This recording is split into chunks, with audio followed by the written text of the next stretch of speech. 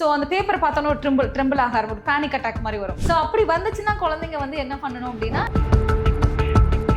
அப்படி தேர்வில் தோல்வி விட்டுறா நீங்கள் வந்துட்டு இது வாழ்க்கையுடைய முடிவுன்னு நீங்கள் நினச்சிடாதீங்க. ஒரு கொஷினை விட்டுட்டு வந்துட்டா ஏன் அந்த கொஷினை விட்டுட்டு வந்தேன்னு தான் நம்ம கேட்டுகிட்டே இருப்போம். மூணாவது வந்து யாருக்கு அப்படின்னா வந்துட்டு தேர்வு எழுதாமல் ஆப்சென்ட் ஆகிருப்பாங்க இல்லையா, ஏதோ ஒரு காரணத்தினால. அந்த மாதிரியான மாணவர்கள் ஏன் 50 வயசில் கூட வந்து IIT-லலாம் படிக்கிறாங்க. நம்மளுடைய தமிழ்நாடு பள்ளிக்கல்வித்துறை வந்து நிறைய சீரிய முயற்சிகள்ல ஈடுபட்டு இருக்காங்க. கையில புக் வச்சிருப்பாங்க, பென்சில் வச்சிருப்பாங்க, ஸ்டிக்கர் விற்கிற மாதிரி தான் நம்ம கிட்ட வருவாங்க. வந்து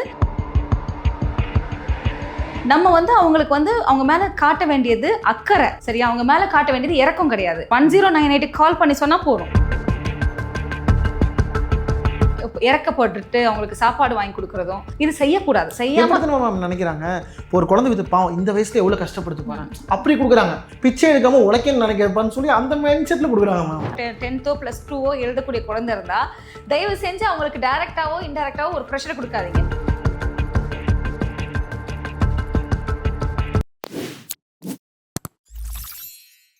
மேம் வணக்கம். வணக்கம், எப்படி இருக்கீங்க? நல்லா இருக்கேன் டார்வின்.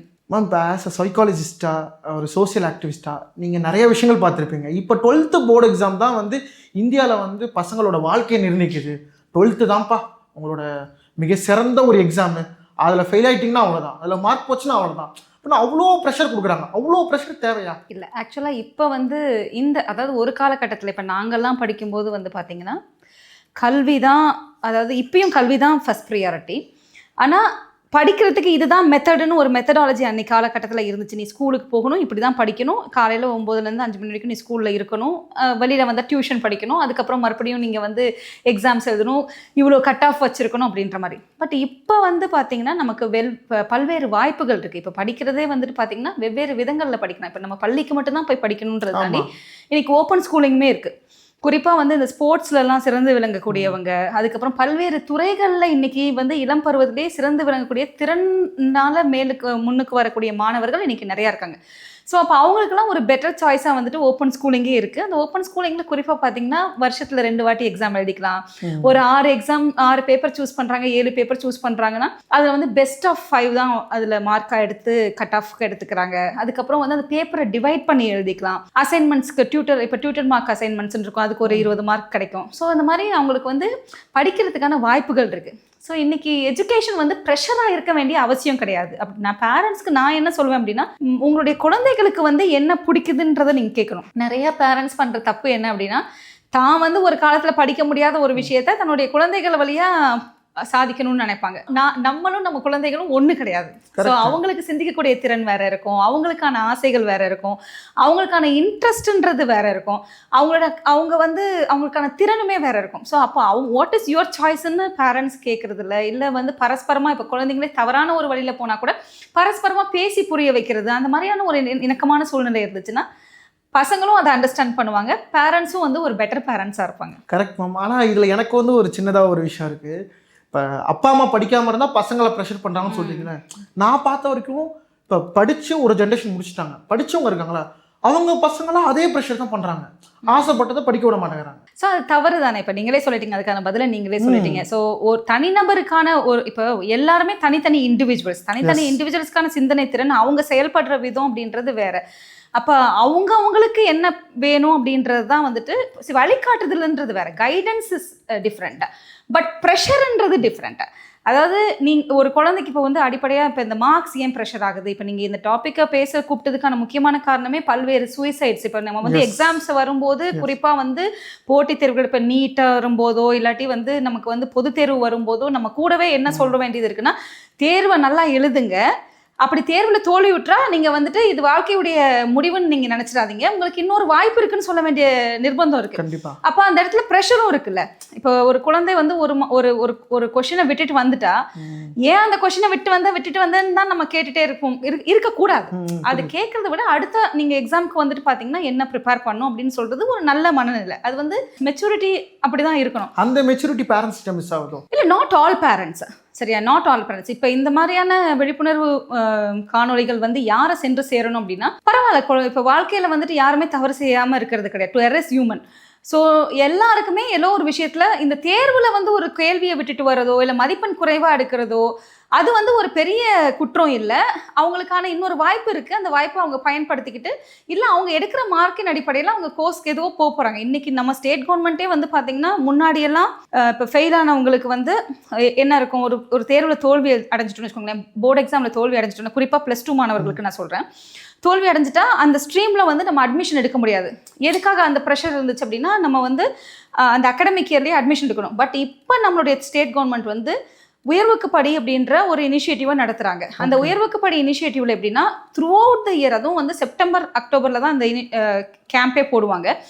அது யாருக்கான கேம்ப் அப்படின்னா 12th எக்ஸாம் எழுதி பாஸ் பண்ணி அப்ளிகேஷன் போட தெரியாமல் அதனால சீட் வாங்க முடியாமல் இருந்த மாணவர்கள், அது மாதிரி இருக்காங்க. ஆமாம், அப்ளிகேஷன் ப்ராசஸே தெரியாமல் இருக்கக்கூடிய மாணவர்கள் இருப்பாங்க இல்லையா. அது ரெண்டாவது வந்து யாருக்கு அப்படின்னா தேர்வு எழுதி தோல்வியுற்ற மாணவர்கள். மூணாவது வந்து யாருக்கு அப்படின்னா வந்துட்டு தேர்வு எழுதாமல் ஆப்சென்ட் ஆகிருப்பாங்க இல்லையா, ஏதோ ஒரு காரணத்தினால, அந்த மாதிரியான மாணவர்கள். அப்போ அந்த மாதிரியான மாணவர்களுமே ரெண்டாவதாக வந்து உங்கள் ஒரு சப்ளிமெண்ட்ரி எக்ஸாம் எழுதியிருப்பாங்க இல்லையா, எழுதி பாஸ் பண்ணுற இடத்துல இந்த உயர்வுக்கு படி முகாம்கள் வழியாக பல்வேறு கல்லூரிகளை வந்துட்டு நம்மளுடைய தமிழ்நாடு அரசாங்கம் வெவ்வேறு இப்போ சென்னைன்னு எடுத்துக்கிட்டிங்கன்னா 3 இடத்துல நடத்துவாங்க. மத்திய சென்னை, தென் சென்னை, வட சென்னை, இன்னும் 3 இடத்துல கேம்ப் நடத்தி அந்த கேம்ப்ஸில் பல்வேறு காலேஜ், பேராமெடிக்கல் கோர்சஸ், எல்லா கோர்சஸுமே துறை சார்ந்த வல்லுநர்களை கூப்பிட்டு மாணவர்களுக்கு வந்து கவுன்சிலிங் கொடுக்கறது. இப்போ வந்து ஸ்காலர்ஷிப்ஸ்க்கு எப்படி வாங்கணும், லீட் பேங்க்கு கூப்பிட்டு வந்து எப்படி ஸ்காலர்ஷிப் ப்ராசஸ் போகணும், இந்த மாதிரியான நிறையா விஷயங்களை கவர்மெண்ட் பண்ணுது. ஸோ நாங்களே நிறையா பசங்களை வந்துட்டு இந்த செப்டம்பர் அக்டோபரில் கல்வியை இடைநிறுத்தம் செஞ்சுட்டு உயர்கல்விக்கே போக முடியாத இருந்த மாணவர்கள் பல்வேறு பேர் வந்துட்டு இப்போ வந்து ரீஜாயின் பண்ணி படிச்சுட்டு இருக்காங்க. இப்போ நம்ம நாட்டிலேயே வந்து பார்த்திங்கன்னா இப்போ ரீசெண்டாக வந்த யூனியன் கவர்மெண்ட்டே என்ன சொல்லியிருக்காங்க, உயர்கல்விக்கு போகிறதுல நம்ம தான் அதிகமாக இருக்கும் அப்படின்னு யூனியன் கவர்மெண்ட் ரிப்போர்ட். அதையும் தாண்டி வந்து கிராஸ் என்ரோல்மெண்ட் ரேஷியோ நம்மளோட தான் வந்து ஆல் ஓவர் இந்தியாவில் நம்பர் 1. இப்போ புதுமை பெண் திட்டம், தமிழ் புதல்வன் திட்டம் மாதிரியான திட்டங்கள் வந்து கல்விசார் திட்டங்கள் வந்ததுக்கப்புறம் இன்னுமே வந்து மாணவர்கள் இடைநிறுத்தம் செய்த மாணவர்கள் ஏன் 50 வயசுல கூட வந்து ஐஐடியிலலாம் படிக்கிறாங்க வந்து. ஆமாம், ஐடிஐயில் படிக்கிறாங்க. ஐடிஐயில் வந்துட்டு பார்த்தீங்கன்னா ஒரு 50 வயசு 60 வயசில் இருக்கவங்கலாம் கூட வந்து அட்மிஷன் போட்டு அவங்க பசங்களும் காலேஜ் படிச்சுட்டு இருப்பாங்க, இவங்களுமே படிச்சுட்டு இருக்காங்க. ஸோ இப்போ நிறைய நமக்கு வாய்ப்பு இருக்குது. அந்த வாய்ப்புகள் வந்துட்டு இதை பற்றின விழிப்புணர்வு தான் வேணும். ஸோ முன்னே வந்து நமக்கு வந்து +2 முடிஞ்சு ஃபெயில் ஆகிட்டோன்னா ஓகே நீ ஒரு 1 இயர் வெயிட் பண்ணி தான் அடுத்த வருஷம் அட்மிஷன் ஆகணுன்றது. இப்போ வந்து நமக்கு அதே வருஷத்துலேயே உங்களுக்கு வந்து அட்மிஷனுக்கான வாய்ப்பு கிடைக்குது. கவர்மெண்ட் அவ்வளோ சலுகைகளை ஏற்படுத்தி கொடுத்து நம்ம தமிழ்நாடு கவர்மெண்ட் வந்து நிறைய சலுகைகளை ஏற்படுத்துகிறாங்க. குறிப்பாக இப்போ 10வது தேர்வு எழுத போகிறாங்க மாணவர்கள். அந்த மாணவர்களுக்கு வந்து பார்த்திங்கன்னா இப்போ 10th எழுதுங்க, எக்ஸாம் எழுதுங்க, உங்களால் முடியலை ஏதோ ஒரு காரணத்தினால நீங்கள் தோல்வி விட்டுட்டிங்கன்னா பயப்பட வேணாம், தொடர்ந்து கற்போம்னு ஒரு முயற்சி இருக்குது. அந்த முயற்சி வழியாக என்ன பண்ணுவாங்கன்னா இப்போ சப்ளிமெண்ட்ரி எக்ஸாம்ஸ்க்கு எழுதுறவங்களுக்கு ஸ்பெஷல் கிளாஸஸ் நடத்துவாங்க. அதில் வந்து என்ஜிஓஸோட சப்போர்ட் எடுத்துப்பாங்க சம்டைம்ஸ் வந்துட்டு. ஸோ அவங்க ஆசிரியர்களே வந்து பார்த்திங்கன்னா தேர்வுக்கு மறுபடியும் தயார் பண்ணுறாங்க. அண்ட் அதே மாதிரி முன்னெல்லாம் இப்போ வந்து பிள்ளைங்களுக்கு வந்து லேர்னிங் டிஃபிகல்ட்டி இருக்க பிள்ளைங்களுக்கு, ஸ்லோ லேர்னர்ஸ்க்கு தனியாக மெட்டீரியல் இருக்குது. ஆமாம், ஸோ எல்லாத்தையுமே சிம்பிளிஃபை பண்ணி கொடுக்குது நம்ம கவர்மெண்ட் வந்து. ஈஸி பள்ளிக்கல்வி, நம்மளுடைய தமிழ்நாடு பள்ளிக்கல்வித்துறை வந்து நிறைய சீரிய முயற்சிகளில் ஈடுபட்டு இருக்காங்க. உயர்கல்வித்துறை, பள்ளிக்கல்வித்துறை, தமிழ்நாடு ஸ்கில் டெவலப்மெண்ட். இதில் ஒரு சின்ன டவுட்டு, இதில் வந்து தமிழ் மீடியம் மேக்ஸிமம் இருக்க மாதிரி இங்கிலீஷ் மீடியமும் இருக்கா? இதெல்லாம் இருக்கா? எல்லாருக்குமே இது பொதுவான இனிஷியேட்டிவ்ஸ்ப்பா வந்துட்டு. இது அரசு பள்ளி மாணவர்களுக்கு வந்து நிறையா தெரியும், எல்லாருக்குமான காமன் இனிஷியேட்டிவ் தான் இது. சரியா? ஸோ இந்த முயற்சிகள் வழியாக எல்லா மாணவர்களுமே வந்து அடுத்த லெவலுக்கு போகிறாங்க. சூப்பர். கவர்மெண்ட் இவ்வளோ ஒரு நிறைய வழிகளை ஏற்படுத்தி கொடுத்துருக்காங்க, நிறைய பேருக்கு தெரியாமல் இருக்குது. ஆமாம், பெற்றோர்களுமே இதை தெரிஞ்சுக்கணும். என்ன அப்படின்னா வந்துட்டு இப்போ பயப்படக்கூடாது. இப்போ வந்து ஒரு தடவை பசங்க ஃபெயில் ஆகிட்டாங்க அப்படின்னா, ஃபார் எக்ஸாம்பிள் இப்போ 10thலேயே வந்துட்டு ஒரு 3 சப்ஜெக்ட் ஃபெயில் ஆகிட்டாங்கன்னு வச்சுக்கோங்களேன், 5 சப்ஜெக்ட் எழுதுறாங்க, 3 சப்ஜெக்ட் ஃபெயில் ஆகிட்டாங்கன்னா என் பையனால் அடுத்து வந்து படிக்க முடியாது, வாழ்க்கையே போயிடுச்சு, இல்லை என் பையன் பாஸ் பண்ண மாட்டான் அப்படின்ற ஒரு பயம் வந்து அந்த குழந்தைக்கு ஏற்கனவே இருக்கும். ஐயோ 3 சப்ஜெக்ட் நான் ஃபெயில் ஆகிட்டேன் அப்படின்னு. பேரண்ட்ஸும் என்ன நினைப்பாங்க அப்படின்னா வந்து அந்த வாய்ப்பை பயன்படுத்திக்காமல் வந்து ஓகே என் பையன் வந்துட்டு இவ்வளோதான் அப்படின்னு சொல்லிட்டு அவங்களுமே வந்து ஸ்கூல்ஸ்க்கு அனுப்பாமல் என்கரேஜ் பண்ணாம விட்டுறாங்க. ஆமாம், விட்டுருவாங்க. அவங்களுக்கு சொல்ல வேண்டியது ஒன்று தான் என்னென்னா எஃபர்ட்ஸ் போடுங்க, அந்த முயற்சியை வந்து அந்த வாய்ப்புகளை பயன்படுத்திக்கோங்க. அதுக்கப்புறம் தோல்வியுற்றா அடுத்த லெவலுக்கு அடுத்து நம்ம என்ன பண்ணணுன்றதை நம்ம யோசிக்கலாம்.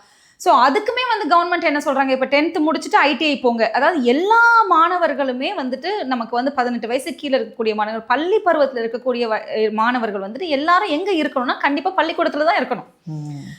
அதே மாதிரி நமக்கு வந்து இன்னொரு நம்ம மாவட்ட அளவில் ஒவ்வொரு மாவட்ட அளவுலையும் வந்து பார்த்திங்கன்னா all children in school committee அப்படின்னு இருக்குது. அதாவது பள்ளி கல்வியை இடைநிறுத்தம் செய்யக்கூடிய மாணவர்களை கண்டறிந்து அவர்களை வந்து திருப்பி வந்துட்டு பள்ளிக்கூடத்துக்கு அனுப்ப வேண்டியதுதான் எங்களை மாதிரி அதில் குழுவில் இருக்கக்கூடிய உறுப்பினர்களுடைய வேலையுமே. ஓகே. ஸோ ஒரு என்ஜிஓ ரெப்ரசன்டேட்டிவா, ஒரு சோஷியல் ஒர்க்கரா, இதில் வந்து எல்லா டிபார்ட்மெண்ட்டுமே இருப்பாங்க. வந்துட்டு மாவட்ட குழந்தைகள் பாதுகாப்பு அழகு இருப்பாங்க, டிஸ்ட்ரிக்ட் சோஷியல் வெல்ஃபேர் இருப்பாங்க, அதுக்கப்புறம் போலீஸ் டிபார்ட்மெண்ட் இருப்பாங்க, சிஇஓஸ், எஜுகேஷன் டிபார்ட்மெண்ட்டில் இருக்கவங்க சிஇஓஸ், டிஇஓஸ், ஏஇஓஸ் எல்லாருமே இருப்பாங்க. மாவட்ட ஆட்சியருடைய தலைமையில் ஒருங்கிணைந்த பள்ளிக்கல்வித்துறை கீழே இந்த மாதிரியே ஒரு குழு இயங்குது. ஸோ எங்கே வந்து குழந்தை வந்து ஸ்கூலில் இருக்க டைமில் ஸ்கூலில் இல்லாமல் வெளியில் இருந்தாலோ, இல்லை சட்டத்துக்கு புறமான ஏதாவது ஒரு செயல்கள் அவங்க ஈடுபடுறாங்கன்னு தெரிஞ்சாலோ, இல்லாட்டி வந்து எப்படி சொல்கிறது, யாசகம் கேட்குறது, அதாவது ஸ்கூலுக்கு போகாமல் பிள்ளைங்க வந்து டீ கடையில் புக்ஸ் விற்கிறது, ஆமாம் ரயில்வே ஸ்டேஷனில் வந்துட்டு பார்த்திங்கன்னா அந்த மாதிரி குழந்தை தொழிலில் ஈடுபடுறாங்க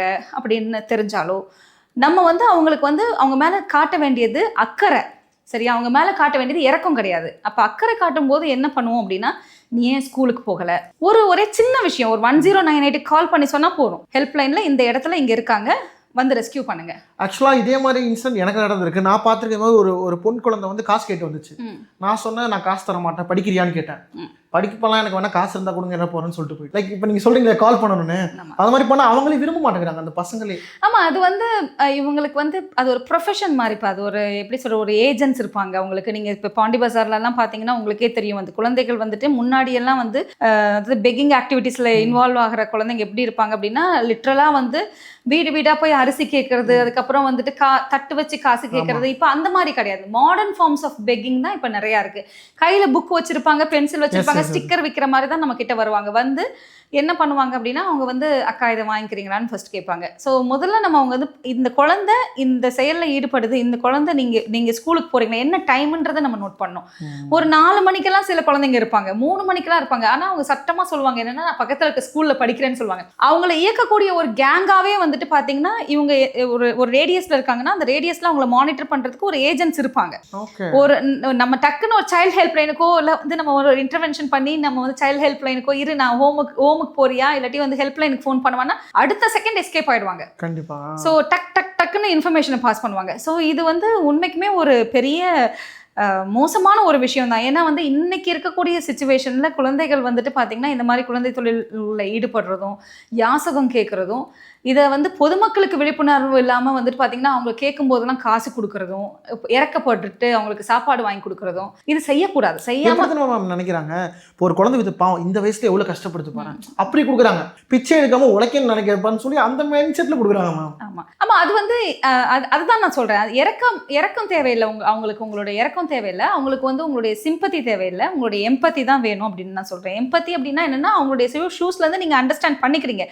பட் வந்து அவங்கள நெக்ஸ்ட் லெவலுக்கு கொண்டு போகிறதுக்கு நம்ம என்ன தான் பண்ணணும்னு தான் யோசிக்கணும். தவிர நீங்கள் எத்தனை நாளைக்கு காசு கொடுத்துட்டே இருப்பீங்க? நீங்கள் ஃபஸ்ட் டைம் போகும்போது அந்த குழந்தைய பார்க்கலாம், அடுத்த தடவை வரும்போதும் அந்த குழந்தைய பார்க்கலாம். அப்போ நம்ம கொடுக்குற அந்த 10 ரூபாய் 20 ரூபாயில் அந்த குழந்தை வாழ்ந்துட முடியுமா? இந்த குழந்தையோட எதிர்காலம் என்ன? நம்ம வீட்டில் ஒரு குழந்தை இருக்குது அப்படின்னா, நம்ம வீட்லேயும் இதே மாதிரி ஒரு குழந்தை இருக்கு இல்லையா? ஸோ இப்போ இந்த குழந்தையோட எதிர்காலம் என்ன? இதுக்கு பொதுமக்களுக்கு எப்படி விழிப்புணர்வு வரணும் அப்படின்னா, இந்த 1098ன்றது நான் சொல்கிற ஒரு சைல்டு ஹெல்ப் லைன், இல்லை 100க்கு ஃபோன் பண்ணி சொல்லுங்கள். நின்று ஒரு செகண்ட் யோசிச்சு பணத்தை எடுத்து கொடுக்கறதுக்கு பதிலாக இந்த குழந்தையோட எதிர்காலத்து மேலே ஒரு சின்ன அக்கறையை காட்டுங்க, அவ்வளோதான். இப்போ அதே மாதிரி நம்ம ஸ்டூடெண்ட்ஸ் பற்றி பேசியிருந்தோம். அதில் நிறைய பேர் வந்து ஃபெயில் ஆகிட்டா இந்த மாதிரி வழிகள்லாம் இருக்குன்னு நீங்கள் சொன்னீங்க. சில பசங்களுக்கு வந்து ஸ்லோ லேர்னர்ஸாக இருப்பாங்க, அவங்களுக்கு அந்த ரிசல்ட் வரப்போதனாலே ஒரு பயம் ஏற்படும். கடந்த சில ஆண்டுகளாக நம்ம பார்க்குறப்ப நிறைய குழந்தைங்க ரிசல்ட்டுக்கு பயந்து சூசைட் பண்ணிட்டாங்க. ஆனால் அந்த குழந்தைங்க நல்ல மார்க் தான் எடுத்திருக்குங்க, ஆனால் சூசைட் பண்ணிட்டாங்க. அந்த மாதிரி ஒரு சூசைட் தாட் எதனால? நம்ம அந்த ப்ரெஷர் வந்துட்டு பார்த்தீங்கன்னா, அதாவது கம்யூனிட்டி ப்ரெஷர்னு சொல்கிறோம் இல்லையா? அதாவது மொத்தமாக வந்து ஒரு இண்டிவிஜுவல் மேலே இந்த சமுதாயமே வைக்கக்கூடிய ஒரு ப்ரெஷராக நான் பார்க்குறேன். வந்துட்டு சொந்தக்காரங்க குறிப்பாக வந்து பார்த்தீங்கன்னா, இந்த சமயத்தில் நம்ம வந்து சொந்தக்காரங்களுக்கும் அதாவது உற்றார் உறவினர்கள் எல்லாருமே செய்ய வேண்டிய ஒரு விஷயம் என்ன அப்படின்னா, உங்கள் குடும்பத்தில் ஒரு 10th +2 எழுதக்கூடிய குழந்தை இருந்தால் தயவு செஞ்சு அவங்களுக்கு டைரெக்டாவோ இன்டைரக்டாவோ ஒரு ப்ரெஷரை கொடுக்காதீங்க. அண்ட் வந்து எல்லாத்தையும் தாண்டி வந்து பேரண்ட்ஸ் ரொம்ப ஸ்ட்ராங்காக இருக்கணும். ஏன் அப்படின்னா வந்துட்டு என் பையன் இந்த மார்க்கு, உன் பையன் என்ன மார்க், கம்பேரிங் ஆமா கம்பேரிசன். ஆமா என் பையன் இந்த மார்க்கு, அப்ப நம்ம சொல்லணும் என்னன்னா என் பையனும் உன் பையனும் ஒண்ணு இல்ல. ஸோ வெவ்வேறு குடும்ப சூழ்நிலை, வெவ்வேறு பெற்றோர்கள் கிட்ட வளரக்கூடிய அந்த தன்மைன்னு இருக்கு இல்லையா, குடும்பத்துடைய அந்த என்வாயர்மெண்டல் ஃபேக்டர்ஸ்னு சொல்லுவாங்க அது. அதுக்கப்புறம் வெவ்வேறு குழந்தைங்க, இவங்க வந்து ஒரே குழந்தைங்க கிடையாது. ஸோ எல்லாருக்குமே வந்து எல்லாருமே வேற விதமா திங்க் பண்ணுவாங்க, அவங்களுடைய கெப்பாசிட்டியும் மாறும். நீங்க ஒரு 35 மார்க் எடுக்கக்கூடிய குழந்தைக்கு நீங்க வந்து அவங்க கிட்ட எவ்வளவு தூரம் புஷ் பண்ண முடியும்? ஒரு 50 60ன்னு நீங்க ஒரு டார்கெட் கொடுத்தீங்கன்னா ஓகே, நீ 35 மார்க், ஆமா 100க்கு 100ன்னு கொடுக்கறதோ, இல்ல 100 மார்க் எடுக்கக்கூடிய கெப்பாசிட்டி இருக்கக்கூடிய குழந்தை, இல்ல 90 மார்க் எடுக்கக்கூடிய கெப்பாசிட்டி இருக்க குழந்தைக்கு நீ அதிகமான ப்ரெஷர் கொடுக்காதீங்க அப்படின்றது தான். See mark it is not about the marks வந்துட்டு பாத்தீங்க, மார்க்ஸ் மட்டுமே லைஃப் கிடையாதுன்னு தான் நான் சொல்ல வரேன் வந்து. கண்டிப்பா நீங்க சொன்ன எனக்கே வந்து ஏன் ஸ்கூல் டேஸ் ஞாபகம் வந்துச்சு. நான் 10th வந்து ஸ்கூல் செகண்ட் எடுத்தேன் ஆக்சுவலா. ஆனா அதே 12th வந்து நான் வந்து ரொம்ப ஆவரேஜ் ஆயிட்டேன். கெமிஸ்ட்ரிலாம் நான் ஃபெயில் ஆயிடுவேன்னு நினைச்சேன். ஆனா என்னோட பேரண்டிங் எங்க வீட்ல பண்ணது என்னன்னா, அந்த எக்ஸாமுக்கு முன்னாடி வரைக்கும் படி படி படி படின்னு சொல்லுவாங்க. ஒன்ஸ் முடிச்சுட்டு வந்துட்டு நான் ஃபீல் பண்ணாம கெமிஸ்ட்ரியில ஃபெயில் ஆயிடுவேன்னு பயமா இருக்கு. எங்க அம்மா சொன்னாங்க, தூக்கி போடு, ஒரு பேப்பர் தானே, அடுத்த பேப்பர் படி, நீ ஃபெயில் எழுதிக்கலாம் அப்படின்னாங்க. பட் ஆனா நான் எல்லாத்துலயும் பாஸ் பண்ணிட்டேன். அந்த ஒரு மோட்டிவேட்டிங் வேர்ட் வந்துட்டு உங்களுக்கு உங்க அம்மா வந்து கொடுத்த தைரியம் வந்துட்டு உங்களை வந்து okay, failure is not the end of லைஃப்னு உங்களுக்கு ப்ரூவ் பண்ண வச்சிருக்கு இல்லையா. ஸோ எல்லா சமயத்துலையும் நம்ம சக்சீடும் ஆகிட்டு இருக்க முடியாது, எல்லா சமயத்துலையும் நம்ம வந்துட்டு ஃபெயிலியரும் நமக்கு இருக்காது.